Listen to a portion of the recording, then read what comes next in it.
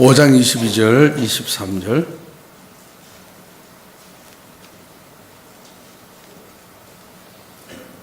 같이 합독하시겠습니다. 오직 성령의 열매는 사랑과 희락과 화평과 오래 참음과 자비와 양선과 충성과 온유와 절제니 이 같은 것을 금지할 법이 없느니라. 아멘. 오늘은 성령의 열매 세 번째입니다. 사랑과 희락과 화평. 영어로는 peace로 이제 번역되어 있는데 우리말로는 평안, 그 다음에 평안 이런 식으로 번역된 뜻은 다 같습니다. 하나님을 향한 그 열매, 사랑, 희락, 화평 세 번째인데요. 세계 곳곳에는 평안할 날이 없죠. 늘 전쟁이 일어나고 특별히 우리가 몸담고 있는 이 나라는 평화롭지가 못합니다. 그렇죠? 우리가 이제 북한 정권을 계속 경험을 하는데 김일성 때보다는 그 아들 김정일이가 조금 더 우리에게 조금 더 위험한 존재로 느껴지고, 그 다음에 3대째 내려오면서 김정일이라는 사람이 더 위험한 존재로 더 느껴져서 아마 6.25 전쟁 이후에 가장 그 전쟁의 압박이 좀 쉽게 말하면 가능성이 가장 많은 때가 아닌가 그런 생각이 듭니다. 사실 우리는 지금 정부가 바뀌면서 그런 소식 많이 나오지 않지만 외국에서는 한반도의 전쟁 준비를 하기 위해서 미국과 영국이 작전 계획을 다 짜고 항공모함을 띄우고 그런 것이 다 이야기되고 있는데 우리나라 안에서만 이야기 안 되는 것 같아요. 세계 곳곳에는 분쟁 지역이 있습니다. 그래서 오늘날 이 땅을 살아가고 있는 사람들 가운데 가장 원하는 것이 무엇일까? 그것은 바로 전쟁이 없는 평화죠. 우리뿐만 아니고 세상의 많은 나라들에 살아가는 사람들도 마찬가지입니다. 그런데 인간이 수많은 그러한 노력을 함에도 불구하고 해결 잘 안 되고 있죠. 사실은 인간의 힘으로 해결할 수가 없는 것입니다. 그리고 또 하나는 우리가 살아가는 일상의 삶이 전쟁과 같죠. 여러분들 먹고 사는 문제가 보통이 아닙니다. 또 성공하고 실패하고 또 세상은 너무나 빠르게 변해가기 때문에 직장에 친구들 가운데 공부 잘하는 친구들이 40대 중반 되니까 밀려나와요. 신기하죠. 근데 조금 학교 다닐 때 조금 공부 못했던 친구들은 가늘게 길게 가는 것을 보면서 공부 못하는 게 복이다는 그런 생각도 들었습니다. 빠르게 변하는 세상 가운데 젊은 사람들이 컴퓨터를 잘하고 치고 올라오니까 그냥 견디지를 못하는 거예요. 그만두라고 하지 않아도 스스로 그만두게 되는 거죠. 갈 데가 없는 겁니다. 참 여러 가지 문제로 혼란과 그러한 불안과 공포 가운데 살아가고 있다. 그렇게 우리가 이야기할 수가 있습니다. 그런데 사도 바울은 모든 것이 하나님께로부터 났나니 저가 그리스도로 말미암아 우리를 화목하게 하시고 또 우리에게 화목하게 하는 직책을 주셨으니 이는 하나님께서 그리스도 안에 계시사 세상을 자기와 화목하게 하시며 그들의 죄를 저에게 돌리지 아니하시고 화목하게 하는 말씀을 우리에게 부탁하셨다.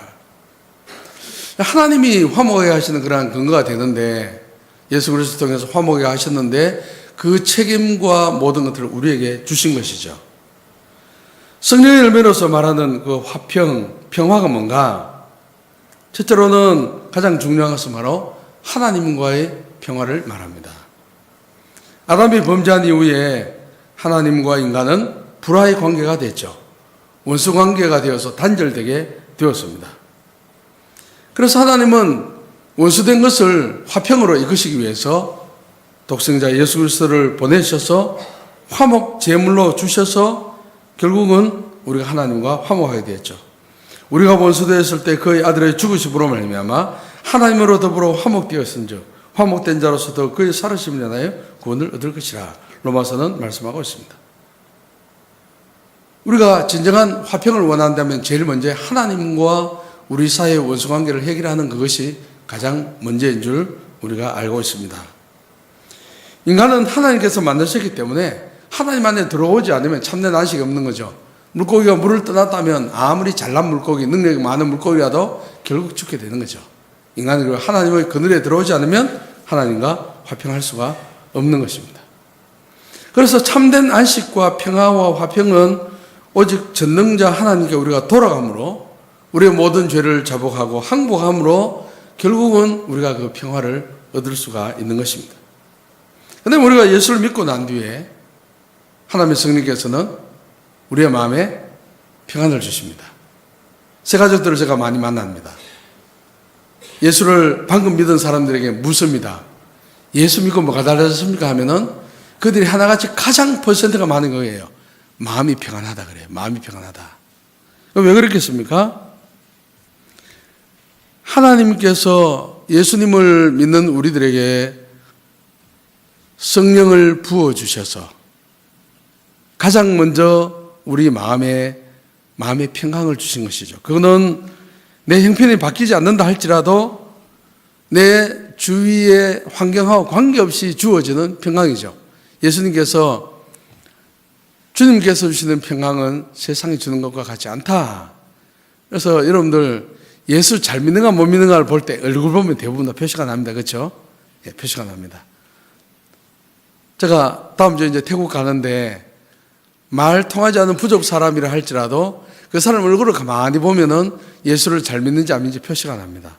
예수 믿는 사람은 얼굴 세상 기준으로 잘 못난다 할지라도 그 얼굴에 고귀한 빛이 나와요.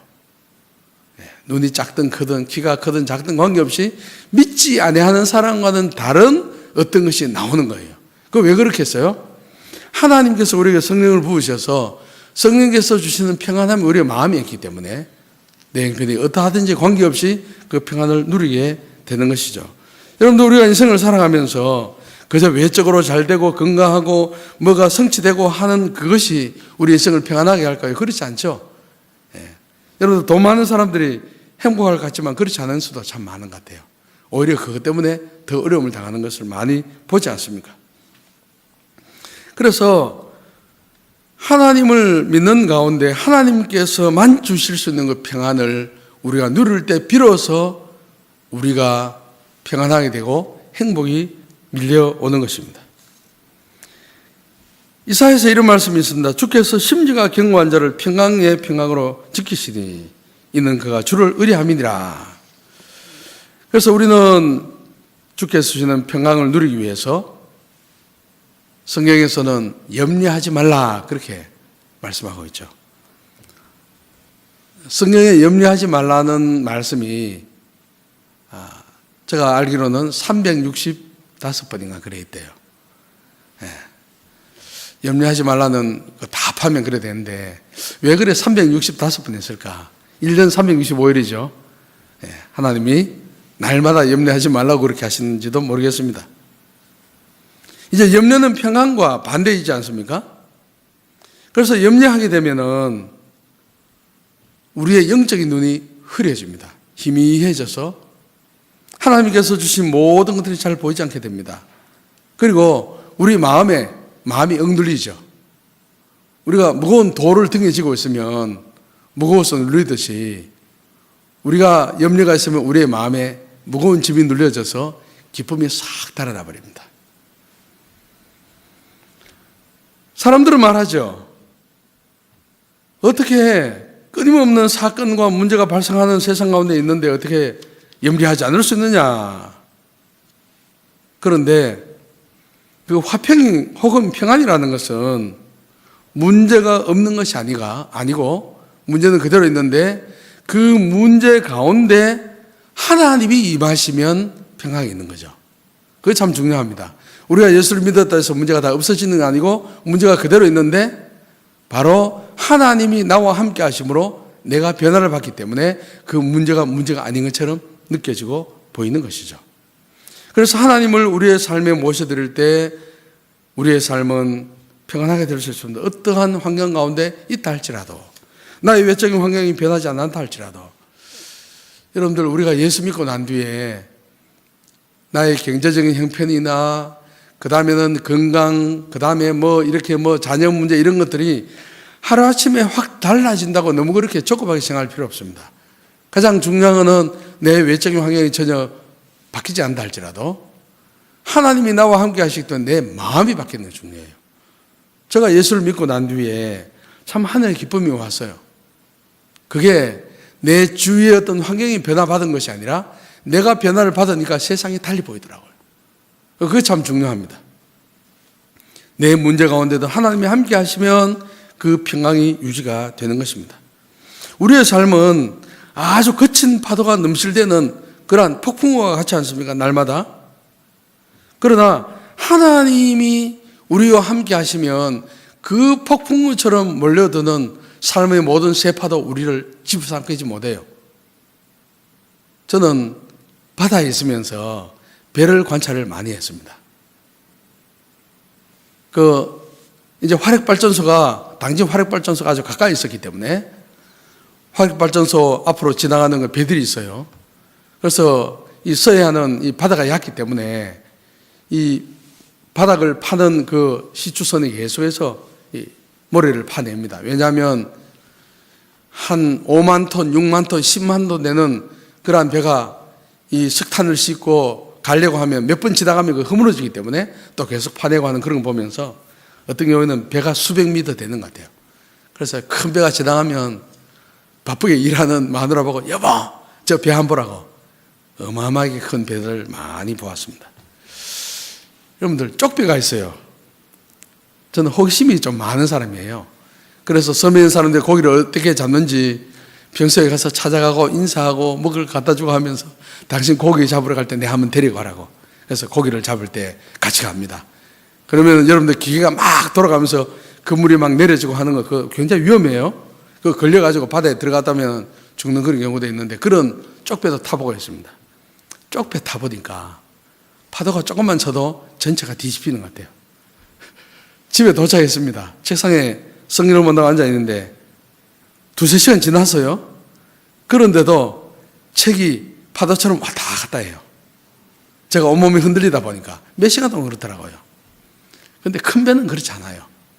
몇만 톤 그 석탄을 싣고 화력발전소 가는 그 배는 웬만한 그것도 끄떡없이 계속 다닙니다. 왜? 배가 크기 때문에.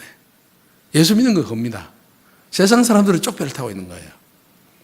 쪽배는 나뭇잎처럼 온 대로 다 뒤집힙니다. 그냥. 그러나 우리의 인생은 하나님 안에 있기 때문에 하나님은 수십만 톤 되는 그런 거대한 기성과 같습니다. 흔들리지 않죠. 파도가 아무리 휘몰아쳐도 그런 배는 쓰나미가 와도 관계없어요. 여러분들 쓰나미가 오면 어디가 제일 안전할까요? 배 안에 있으면 제일 안전해요. 큰 배 안에 있으면. 제가 성경에서 쓰나미를 거치면서 사람들이 그런 이야기 하더라고요. 쓰나미가 일어나면 배를 타라. 큰 배를 타라. 바다에 배 안에 있으면 괜찮습니다. 그 다음에 성령의 일몰에서 화평은 사람들과 관계의 화평을 또한 말합니다. 막이라는 그 원어의 뜻은 이간질한다는 그 의미를 가지고 있어요. 마귀는 갈라놓는 자입니다. 아담과 하와를 유혹해서 하나님과 인간 사이를 갈라놓은 게 바로 마귀가 한 짓입니다. 하나님과 멀어지게 하죠.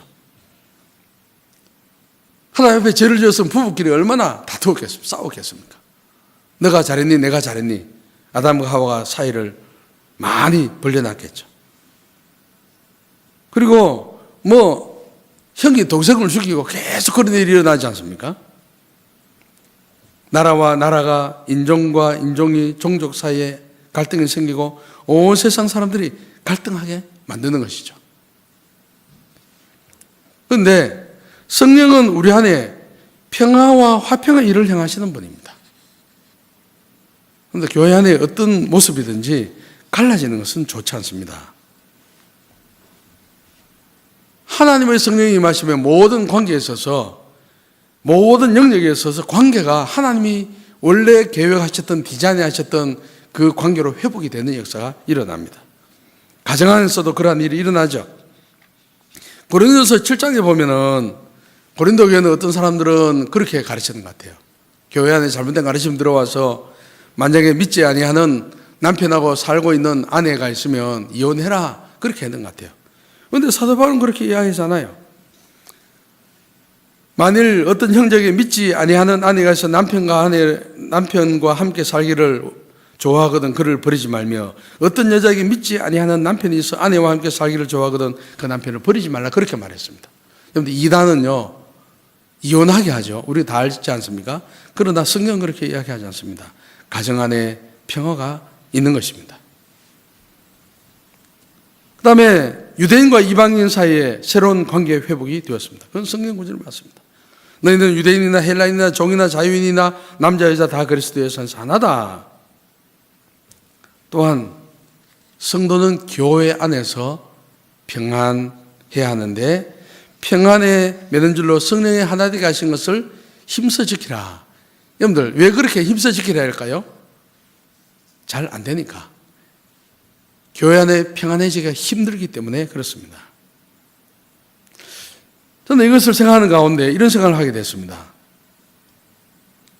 교회 안에 열심이 없으면 아무 문제가 없습니다. 주일날 교회 왔습니다. 예배 마치고 목사님 축도 끝나자마자 아무도 인사하지 않고 뒷문으로 싹 빠져나가면 교인들하고 부딪힐 일이 없기 때문에 그 사람은 교회에 들어와서 아무런 문제가 없습니다. 어떤 교회에 문제가 있습니까? 교회에서 열심히 신앙생활하는 사람에게 문제가 있습니다.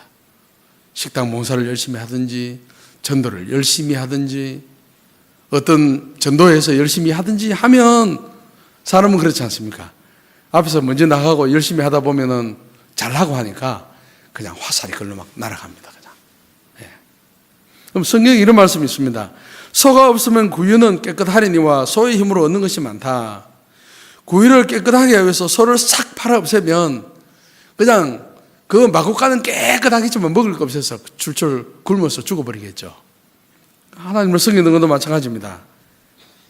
교회 내에 열심히 있는 사람들이 문제가 있어도 열심히 우리가 신앙생활을 해야 하는데, 그런데 우리가 열심히 신앙생활을 할수록 우리가 해결해야 되는 것은 믿는 사람들끼리 화평을 이루어가고 하나가 되는 그것이 참 중요합니다. 그리고 믿지 않은 모든 사람과 화평의 관계를 이루는 것이 또한 중요하죠. 할 수 있거든 너희로서는 모든 사람과 더불어 화목하라.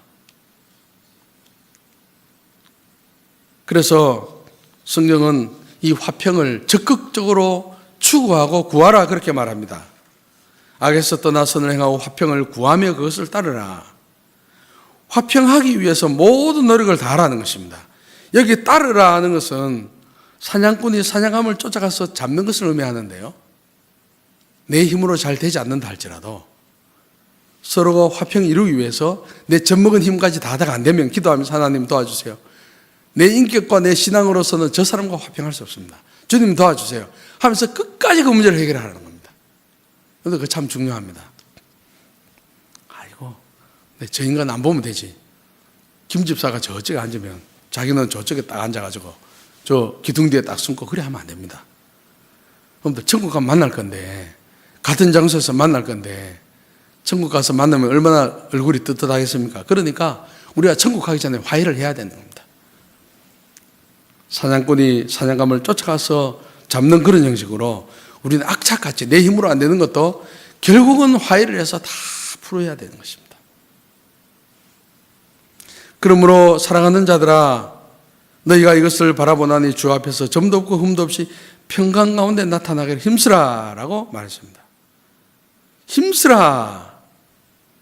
바른 관계를 맺고 회복하는데 자동적으로 오지 않는다는 겁니다. 우리가 마음을 다해서 젖먹은 힘을 내고 기도하고 하나님의 도움을 구하고 성령의 도움을 구하고 그렇게 해야 된다라는 것이죠. 화평한 결과는 어떨까요? 화평하게 하는 자는 복이 있다. 저희가 하나님의 아들이라 그름을 받을 것이다. 우리는 하나님의 아들이 됩니다. 또한 하나님을 기쁘시게 합니다. 그로 말미암아 자기와 화목하게 되기를 기뻐하신다. 신자가 하나님과 화목하고 사람과 화목하는 하나님이 매우 기뻐하십니다. 또한 인간들에게, 다른 사람들에게 평강을 전해줍니다. 화평한 자의 결국은 평강이다라고 성경은 말하고 있습니다. 또한 서로 인간들에게 기쁨을 주는 것입니다. 악을 꾀하는 자의 마음에는 교회를 있고 화평을 논의하는 자에게는 희락이 있다, 기쁨이 있다. 여러분들 마음속에 교회 들어오면 기쁨이 있습니까? 예, 기쁨이 있어야 됩니다. 기쁨이 없으면 우리는 참 크게 손해를 보면서 예수를 잘못 믿는 거라 할 수 있습니다. 무거운 짐을 가지고 있으면 내 짐을 가득 지고 걸어가는 것과 똑같습니다. 그래서 오늘은 우리가 이 세 번째 너무너무나 중요한 화평의 일들에 있어서 우리가 집중적으로 기도하면서 하나님의 도우심을 구하는 시간을 가지겠습니다.